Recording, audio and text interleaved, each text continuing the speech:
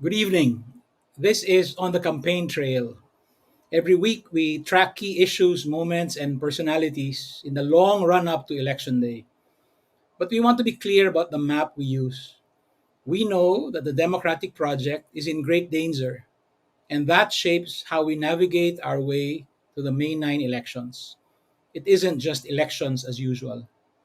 On the campaign trail seeks to make sense of the elections. We will try to discern patterns in the election landscape, determine paths to victory, discuss relevant policies, seek useful perspectives, all the while uh, being keenly aware that the anti-democratic clock is ticking. In 2022, hashtag we decide, without neglecting the other basic questions. On the campaign trail, we'll ask how we decide and why we decide. I'm John Nery, and you are on the campaign trail. Late last year, internal controversies erupted within the Robredo camp. I use the word camp deliberately because part of the problem lay in the reality that there is a Robredo presidential campaign, and at the same time, there is also a Robredo for President movement. We invited Senator Bam Aquino, the campaign manager, in December. But because the campaign had already pivoted to Typhoon Odette relief operations, he declined the invitation.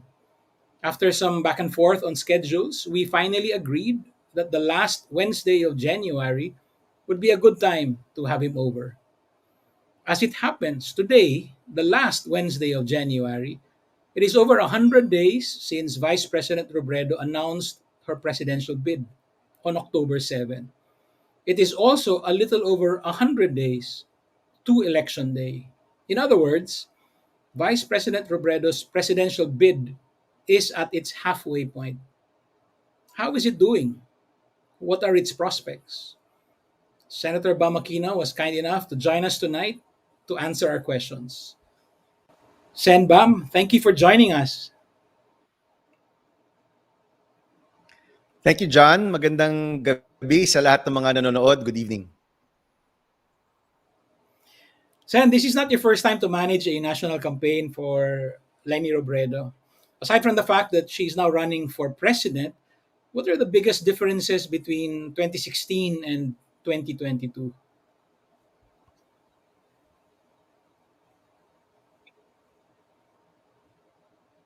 I'm Yung sorry. kampanyang ito nung 2016. Yeah, so there are a lot of differences, John. No? Unang-una, the biggest one being she was running for vice president and not president. It's a very different atmosphere. The stakes are very different. Of course, kung tumatakbo ang presidente, di hamak mas mataas yung stakes dito. She was relatively unknown to the national scene in 2015, 2016. And now, she's the second most powerful person in the country. No? So, yun pa lang, napakalaking difference na. But one big difference, I think, which you averred to earlier, no, is that in 2016, we didn't have the same support that we have now from the volunteers. No, after October 7, when she did her announcement speech, nobody expected, she didn't expect that so many people would come out to support her.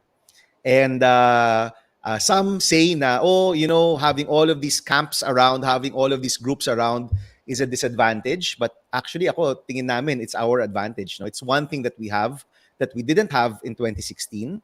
It's also one thing that we have now na wala rin yung mga competitors namin. No? So ngayon, nakikita talaga namin yung mga tao na lumalabas, nangangampanya, nagvo-volunteer, gumagastos ng sarili nilang pera, and really creating or pushing this campaign as a true people's movement. So, yun, John, talagang wala yun from previous years. No? I have some questions about the movement part, but first I want to focus on the campaign part. As campaign manager, how do you manage the campaign? Can you give us an idea who are the key decision makers?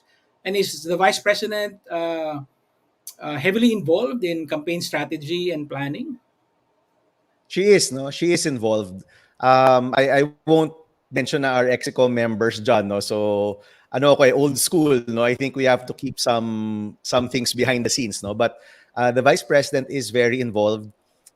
She does look at everything in the campaign, honestly, and that's her nature, no? The way that she ran her the OVP, the way that she ran her congressional office, even when she was first lady of Naga, talagang lahat ng mga programa, lahat ng mga galaw, lahat ng mga ginagawa, talagang alam niya, no? She really knows everything that's happening, and of course, we make sure that everything is run by her also.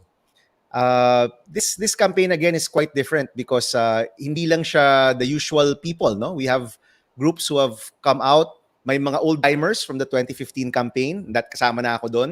Pero merong Mhm. marami ring bagong mga tao, no? Bagong mga volunteers who are helping out as well. We have different parties helping us also. So it's really a little different from the 2016 campaign. And I can safely say that right now, the campaign structure, we try to keep it as small as possible, keep the decision making as quick as possible, but knowing na marami kaming kakampi all over the place. No, when we go to a province, for example, you have a local council of volunteers already set up there. You have councils from different sectors also set up. Almost all the professional professions, no, meron kaming council of volunteers also, from your farmers to your doctors to your youth. So halo-halo yan. And the campaign is at the center, and all of these different groups are all around it. And I think the key moving forward, itong third and fourth quarter of the campaign, kung basketball analogy tayo, is really to allow people to move in the same direction. The first half was really trying to get people out of the woodwork. And this is something I think a lot of people don't understand, John, no? Nung nag-announce si VP Leni, there were already a number of surveys done with her included, no? Pulse, SWS. And she would be fifth place, fourth place, fifth place, sixth place, no? Which meant that at that time, yung kanyang 6 or 7 points, those were the people who stuck it out with her all through the years. But when she Mhm. announced, we saw this double.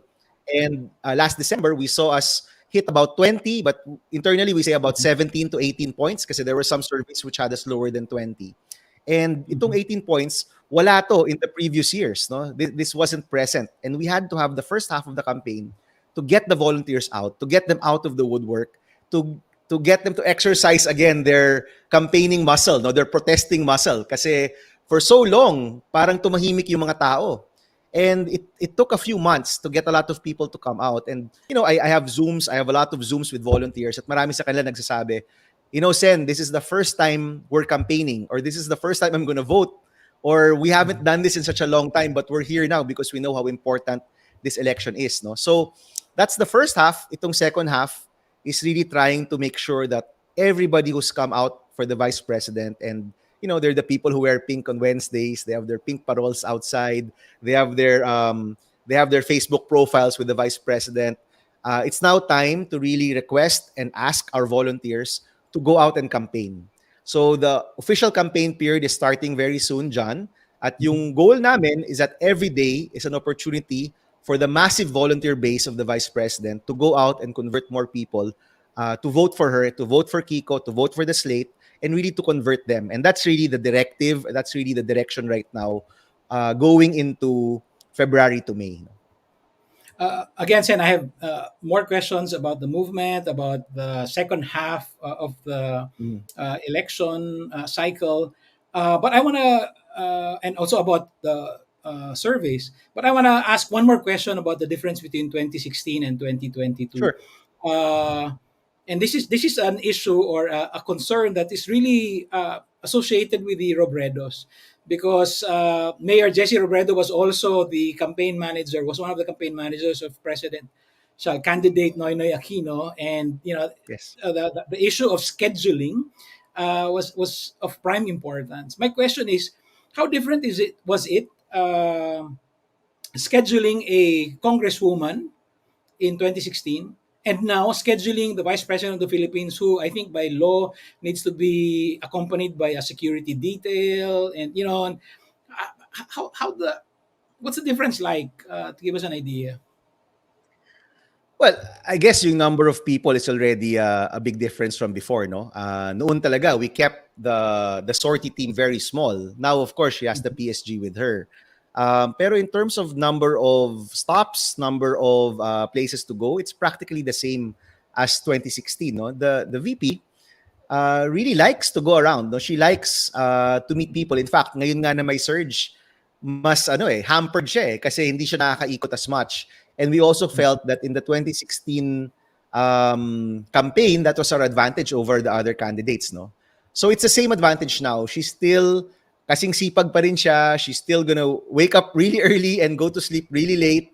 And I think more importantly, pagdating kasi kay Vice President Leni, she really enjoys talking to people. She enjoys interacting with them.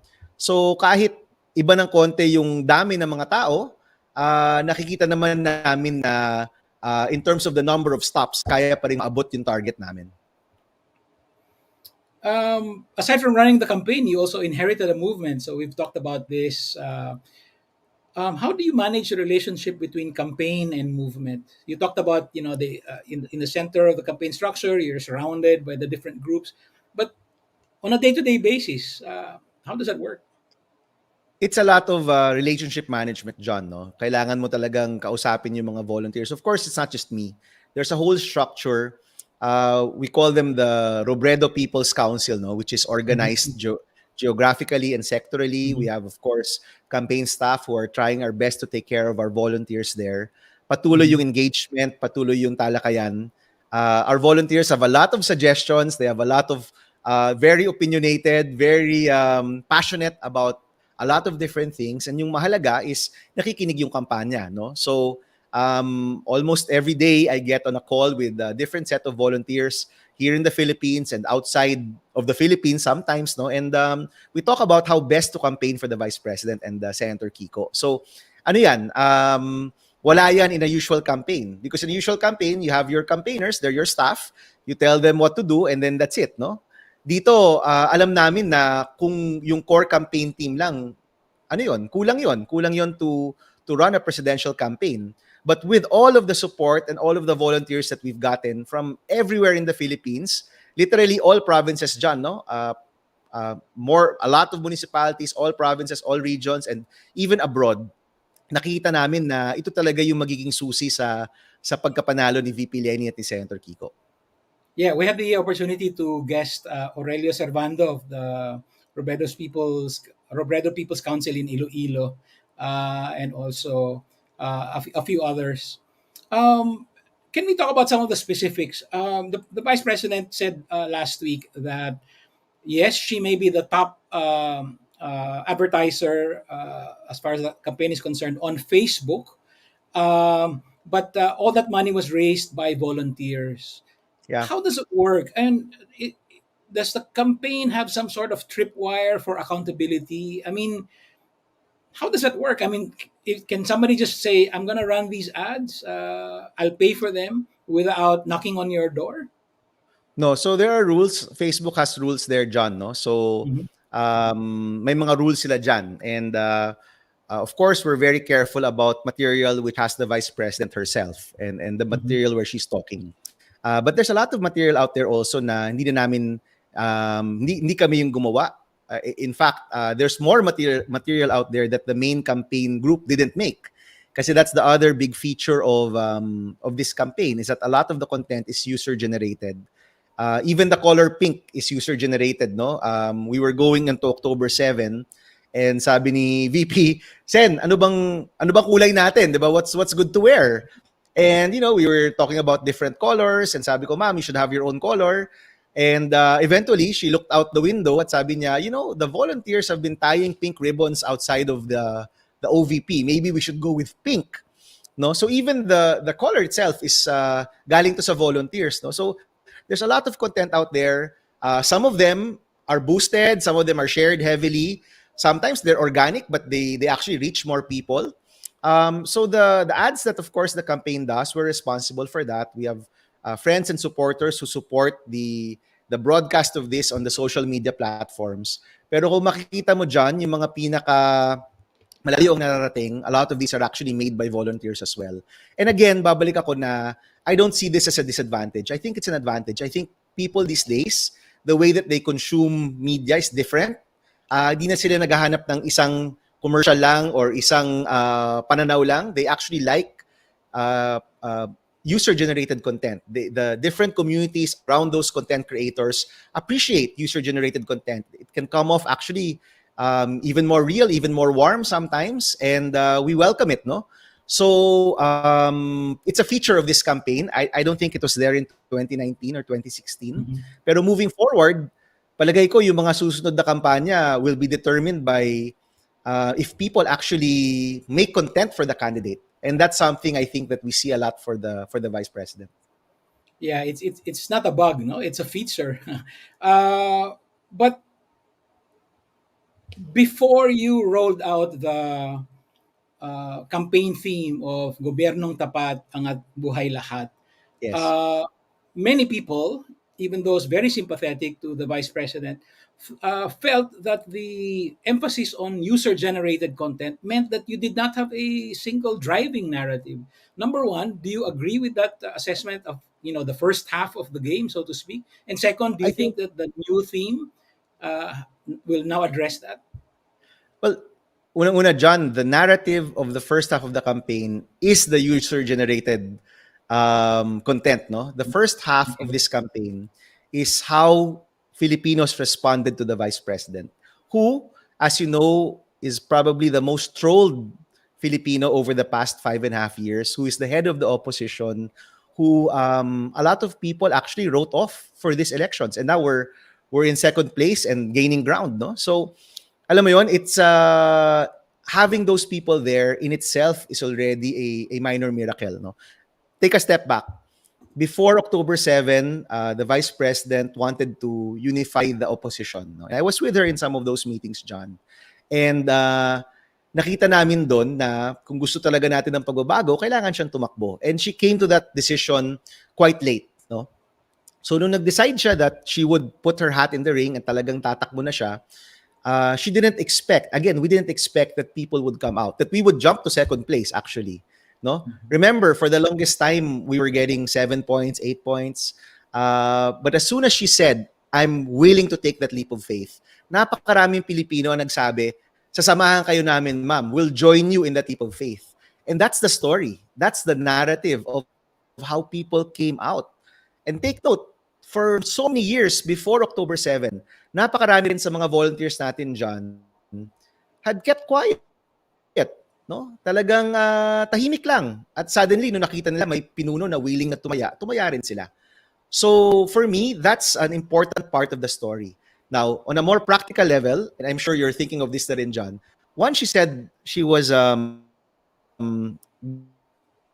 to run, that's when a lot of the research started, a lot of the studies also started.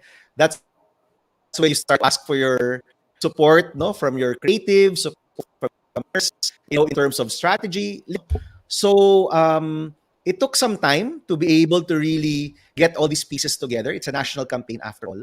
Pero all throughout that process, John, yung mga volunteers yung sumusuporta sa amin. Sila yung, sabi nga ni VP, sila pa yung nauuna. No, they even before a slogan, they had their own slogans. Even before a commercial, they had their own commercial. Even before any material out there, nauna na sila. And I think we just have to pause and say na that actually is something unique. I don't see it with any other candidate, honestly. Hindi ko yan nakikita sa ibang mga kandidato. But now again, as you said, nasa second half na tayo, it's about getting all of these forces and moving them in the same direction. And right now, ngayon na naghanapan na tayo, we now know where we are in different parts of the Philippines and in the world. Yung mahalaga is, ano yung gagawin natin ngayon? How can we convert more voters to be on our side? What can we offer to them so that iisipin nila or magdidesisyon sila na si VP Leni at si Senator Kiko at yung slate yung iboto nila. No? So that's the challenge now. And we wouldn't have been able to do this kung wala yung 2 buwan na pinapayagan nating lumabas yung mga tao at ilabas yung kanilang saloobin. Because, I was saying, John, itong pagsuporta kay VP, it's not just supporting her, no? It's in many ways, it's pink has become the color of defiance in many ways, no? So kung gusto natin ng pagbabago, gusto natin ng, we want a better country, people wear pink. But now that year has done, 2021 is done, you go to 2022 and you say, okay, ngayon na nakilala na natin yung isa't isa, how do we improve our numbers better? How do we convert? How do we convince more people to go on our side? No? Sen, we only have about 5 minutes left or even less. Let me ask a few more questions. Sure. One more question about funding. Advertising on Facebook overall will cost maybe in the tens of millions. But you Yes. also need to advertise on TV, which may cost hundreds of millions. Are you going to depend on volunteers for that, or do you have your own campaign fundraising thing going for this? So starting February 8th, John, no, is the official campaign period, That's and right. Mhm. the campaign will now accept straight donations to the campaign.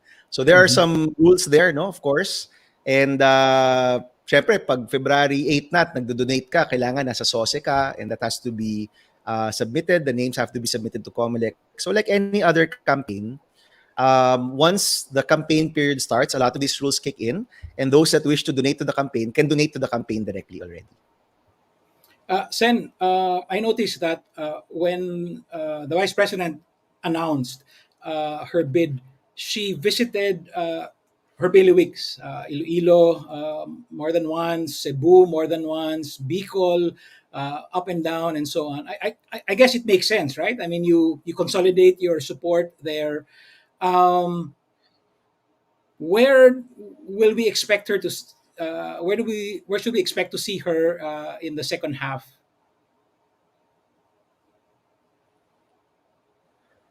Well, ano yan? Of course, I won't share with you all the details, John, no? But she'll do her kickoff in Naga. And so Cam Sur, Mhm. Albay, Sorsogon, and Cam Norte. So the kickoff will be there. And then Mhm. after that, we'll be going to a number of the areas where we feel we have an upswing, where we definitely have a lot of space to grow. And usually naman in that 90-day period, you try to cover as many areas as you can. But the areas that you were called to cover, John, are really the areas where you feel you more votes. So, ano yan? And it's going to be simultaneous, no? You have the sorties of the vice president, which is of course the presidential campaign. You have the Mhm. sorties of our vice presidential candidate, Senator Kiko. He'll be going around Mhm. his bailiwicks also. We have our Mhm. senators running, who will also be going around, and we have the surrogates, her children, and other personalities also going around all at the same time. So yung idea dyan is mako-cover mo yung maraming lugar sa ating bansa while at the same time focusing on the areas where you know you're gonna get more votes, no? I guess what I wanted to ask Sen was that will we be seeing her making visits to places other than, for instance, where she was today, Sulu or Basilan? Uh, Not many votes there. I mean, do we expect her in Cavite, for instance, or? Of course, no, Cavite is a area which we will probably go to a lot as well. But malaga kasi, John, na mapuntahan din yung mga maliliit na probinsya, yung mga probinsya na hindi talaga kadalasang napupuntahan sa mga kampanya. Today, no, she went to the Basulta area, but that was Mhm. largely also to give out test kits and continue the OVP programs on COVID, which had been scheduled much earlier. Sa totoo lang, itong surge is really it's really kumbaga maraming na postpone na mga lugar dahil sa surge na ito. And we're really hoping and praying that as the weeks go on, the surge goes down so we can really go back to the campaign trail and really visit more areas in shorter spans of time. Ang rami kasing rules, no? The COMELEC has a lot of new rules with regard to campaigning during certain alert levels which you have to follow. Mhm. So ano talaga siya, kakaibang kampanya talaga to, John. And itong unang 2 linggo ng January, because of the surge, she did a lot of interviews, she did a lot of Zooms, a lot of Facebook lives, a lot of efforts online because restricted din yung movements niya, no? But of course, that's what we all have to adjust to. Hindi lang naman kami yung nag-a-adjust dyan, even the other campaigns are adjusting to this. Sen, I promise that we will end at 8:25. But if you'll allow me to ask one last question, Sure. we talked about Pulse Asia. So the December survey, we saw that her voter preference rating had uh, doubled to about 20%. So she's in solid second place. But that same survey conducted in the same areas from December 1 to 6, when it turned to questions about performance, do you approve of the performance of the following national officials? She had a great drop in her numbers in the Visayas.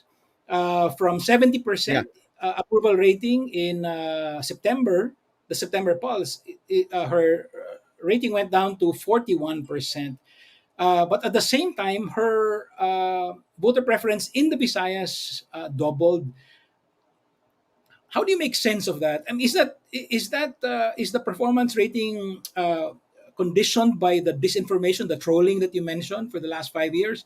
Uh, how does it work?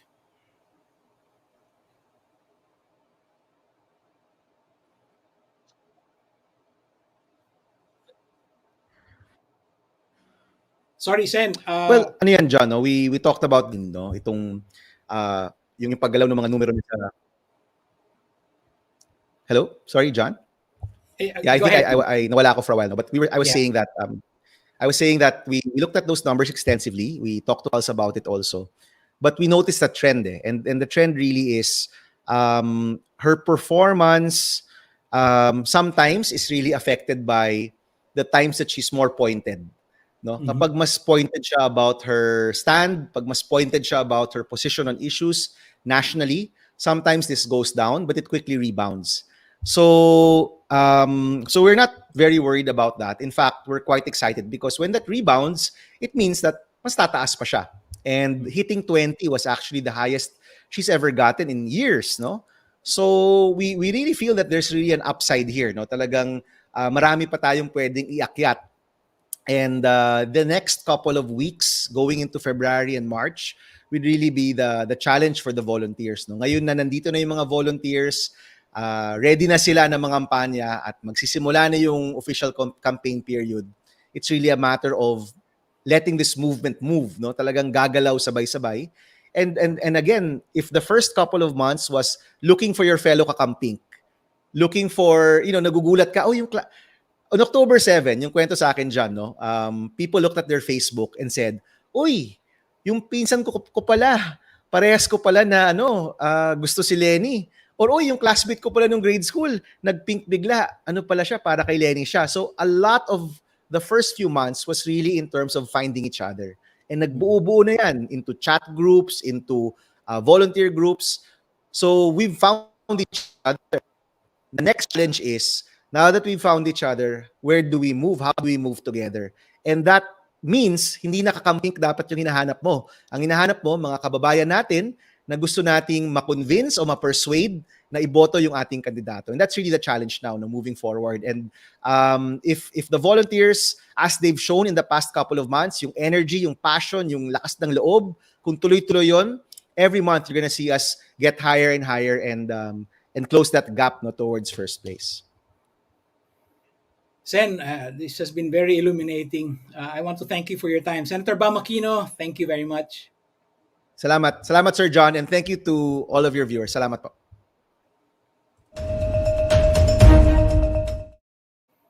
In our second segment, we are joined by some of my colleagues. Mara Cepeda covers the Robredo campaign for Rappler, and Kimberly Kitasol, who I think is in Baguio right now, is a reporter for Northern Dispatch and a correspondent for the Philippine Daily Inquirer. We were supposed to be joined by Grace Albasin in Bukidnon, who is part of the Rappler Mindanao group of correspondents. Unfortunately, she has connection problems. She won't be able to join us today. So, Mara and Kim, thank you for making time for our program. Hi, John. Hi po. Hi, I just want to make sure, Kim, you are in Baguio or somewhere else? No, I'm in Baguio po. All right. Yes, I'm in Okay, thank Baguio. you. Thank you. So, my question for the two of you, Mara first, and then Kim. Mara covers the Robredo campaign. Kim, you've covered the campaign when the campaign went to Baguio, went up north. My question is, essentially, Senator Bamakino, the campaign manager, speaks of two halves. The first half, it was the narrative there is supporters of the vice president getting to know each other. There is that element of discovery, and now he's saying that the focus on in the second half is getting this group of people now to campaign for the vice president. Do you Do you take that narrative as accurate? I definitely can see that in the way the Robredo campaign has pivoted heading into 2022. Because initially, after she declared her candidacy in October 2021, the message for weeks was radical love, right? So there Mhm. was a call for volunteers, for supporters to, be open, to not be so toxic online. Of course, that's also rooted in the whole discourse on different factions of the opposition, backing their own presidential bets. And I also noticed the movements online of different volunteer groups because I'm lurking, I'm observing their activities online. So they really try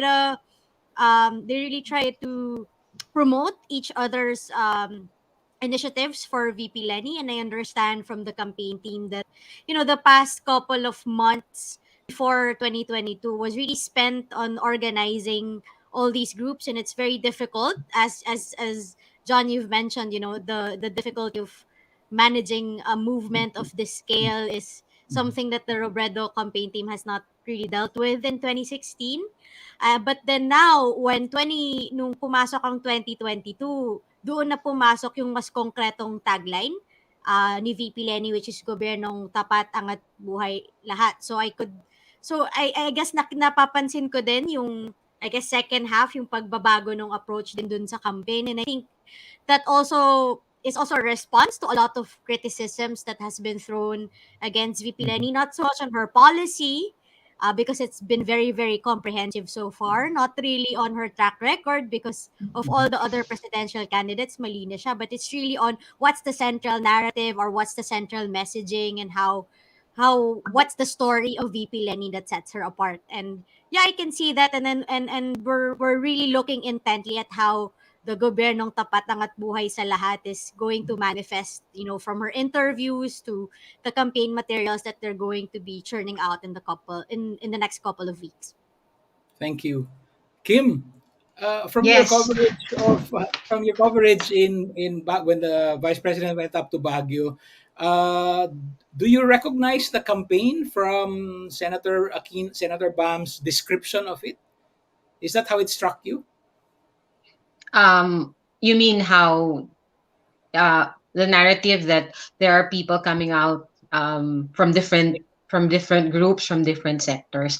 That's I think right. I've seen, yeah, I think I saw that during their when VP Lenny came, but even before VP Lenny came up, there were already activities that have been and there were already groups, supporters of Lenny forming their own groups, like women, lawyers. You have um, you have drag queens here in Baguio City. I mean, and LGBT community. They have their own groups even before the vice president came up to Baguio.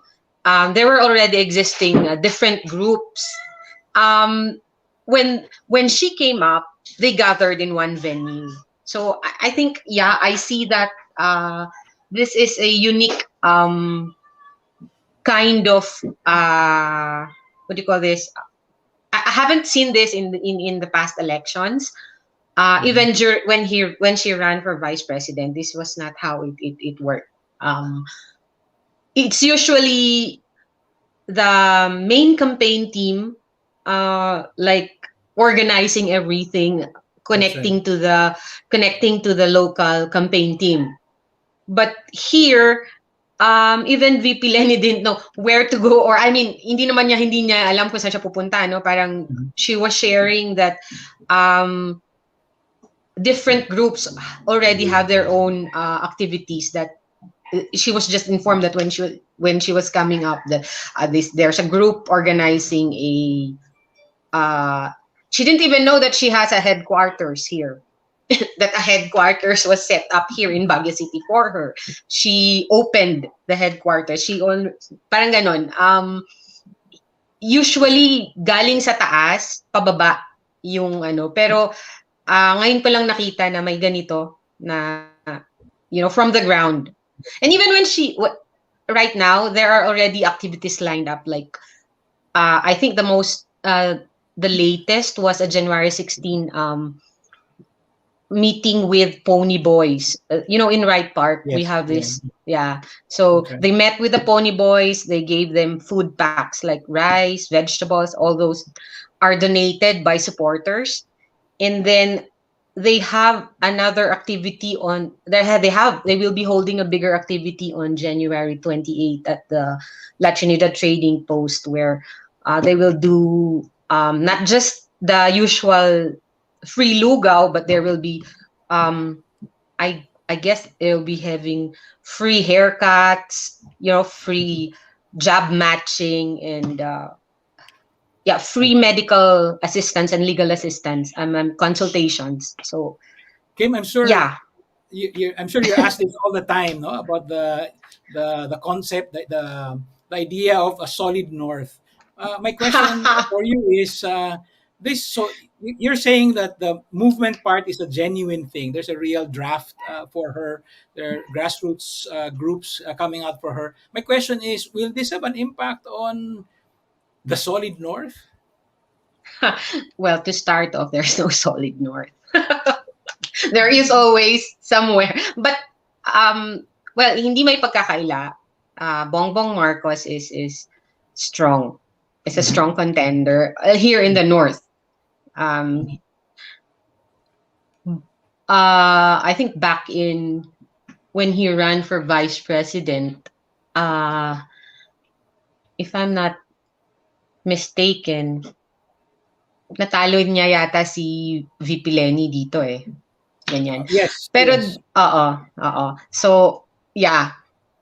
He has a strong presence here. But as the days go by, uh, parang magkasunod yung mga activity nila eh. Before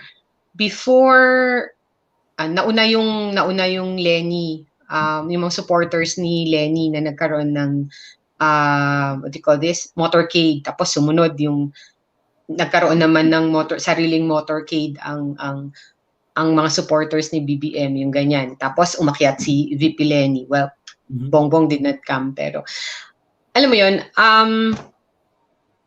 yung how the supporters of Leni is growing is also evident as the days go So days by. go. I see. Thank you. So it's yeah, I think they are gaining ground somewhere here All in the right. north. Thank you. Mara, I meant to ask this question earlier of Senator Bam, but Hmm. I wasn't able to. Uh, Controversially, the vice president included five senatorial candidates in her slate. No, Mhm. Mig Zubiri, Dick Gordon, Joel Villanueva, and two more. How have you seen any positive effects on her campaign uh, from the inclusion of these five senators? Chis Escudero is the fourth. Try to remember the fifth. Yeah. Have you seen any positive impact? You know, for me, the inclusion of these quite controversial figures in Mhm. VP Lenny's Senate slate tells me, the kind of strategist she is. Mhm. She's looking at it the long term. I came out with a piece and I said that VP Lenny is in this for the long game.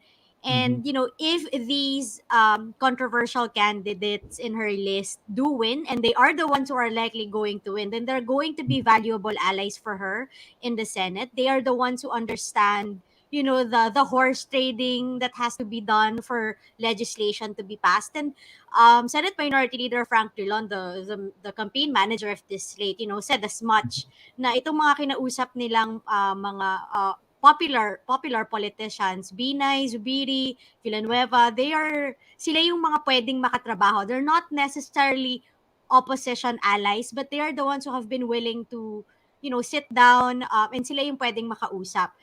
Of course, the downside to this is that the purists and the opposition, really question why do you have Mhm. Dick Gordon, for example, in the same slate as Laila De Lima, whom he he was instrumental in Mhm. the eventual incarceration of Senator Laila. But even Senator Laila understood, the Mhm. political implications of having these figures in her state. And I think it would be more, it would be, it's still going, I think it's going to hurt the Robredo campaign even more if she didn't have a complete slate. Kasi may Yeah. perception na sa kanya na that she's a weak leader because she's a woman, right? And I think magagamit yun kasi sa kanya na tinan mo, hindi niya nga makompleto yung slate niya.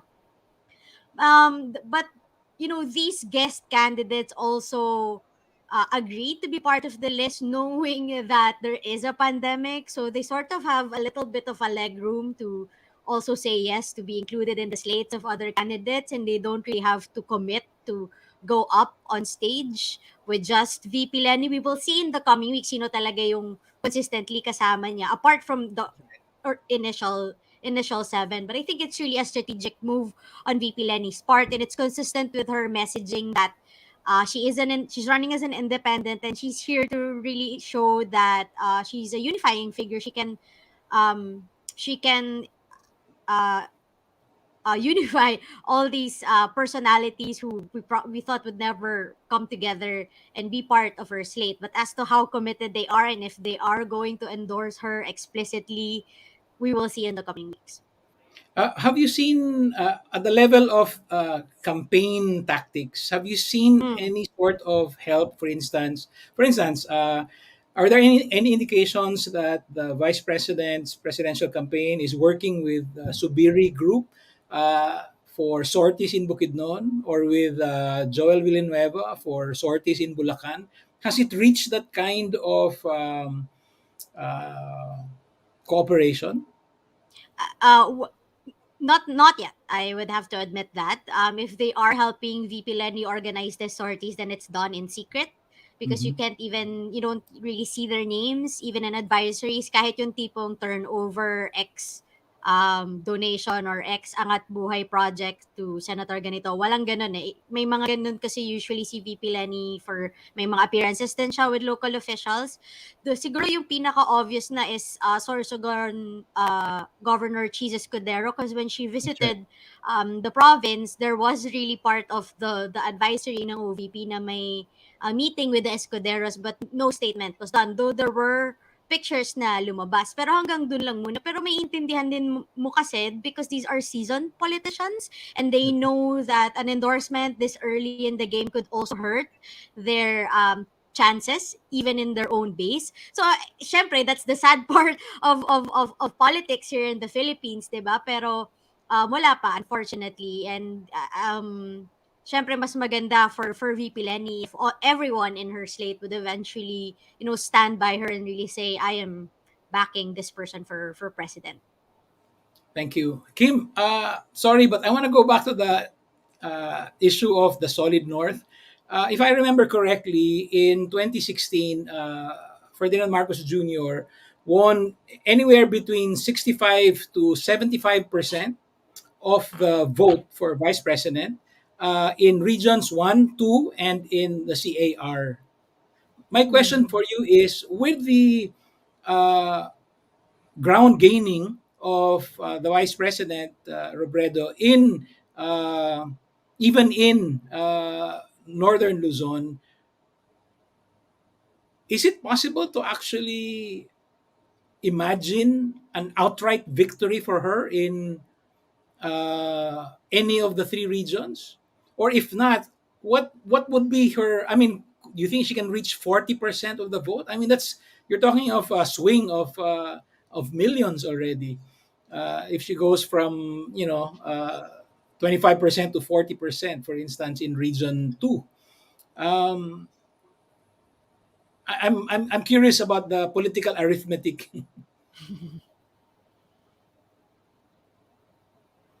Sorry. Sorry. Sorry, yeah, I muted.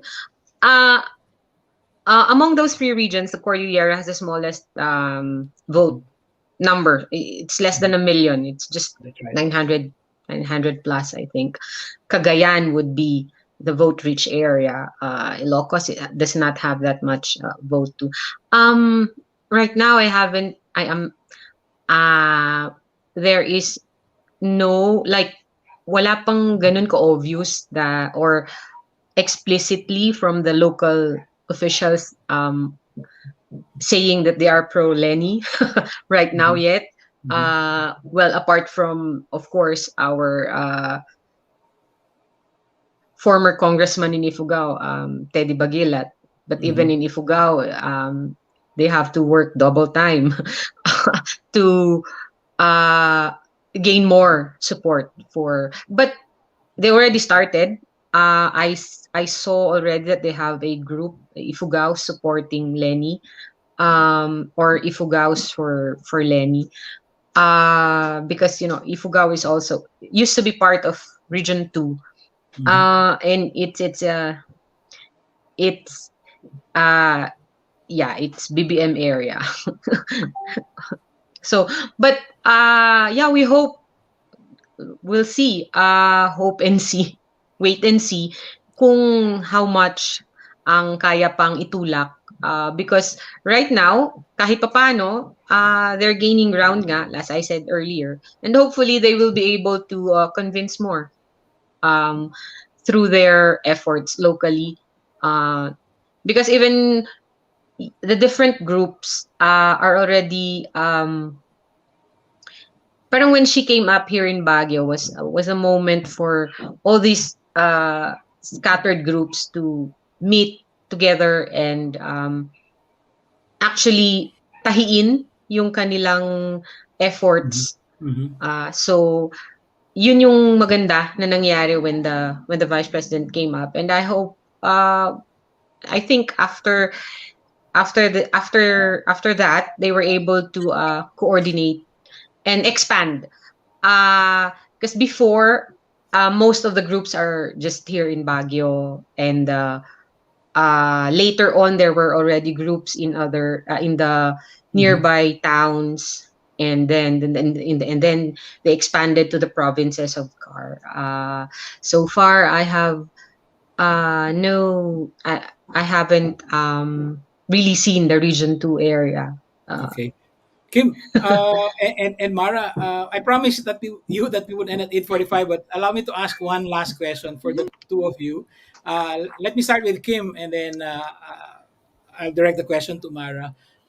Kim, can you give us your you've seen the Roberto campaign in action? Can you give us maybe in like 2 minutes your overall impression, no? Your observations about the campaign. You already mentioned some of the things. It's you haven't seen this before. There's a real grassroots element to it, but overall, and maybe in response to how Senbam described the campaign coming together, how would you describe the Robredo campaign halfway at its halfway point? Um, as its halfway point.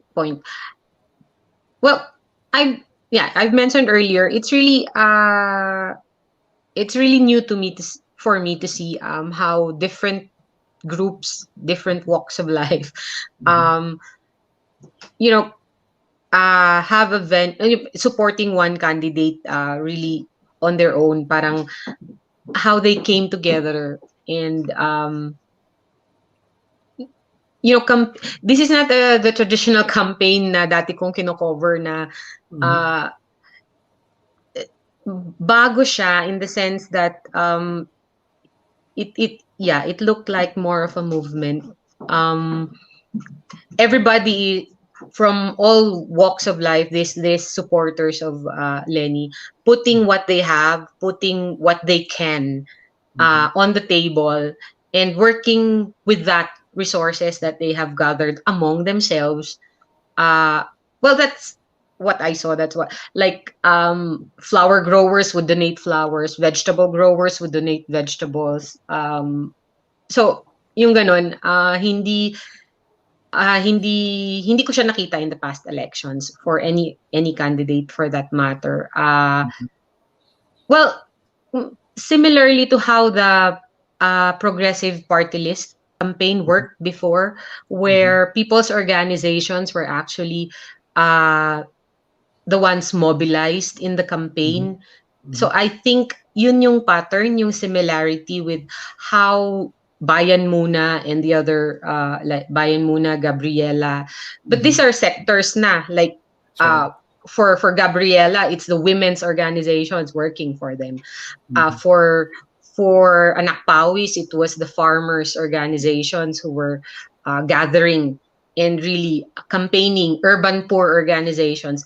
But here in the Leni campaign, these are different. You know, you have farmers, you have doctors, you have lawyers, you have, Mhm. and they have their own groups and they are working together supporting this one candidate. So I think that's a different uh, parang it's new. Thank you, Kim. Mara, what is your reading of the Robredo campaign and movement Mhm. at the halfway point? Okay. The Robredo campaign is a campaign that listens.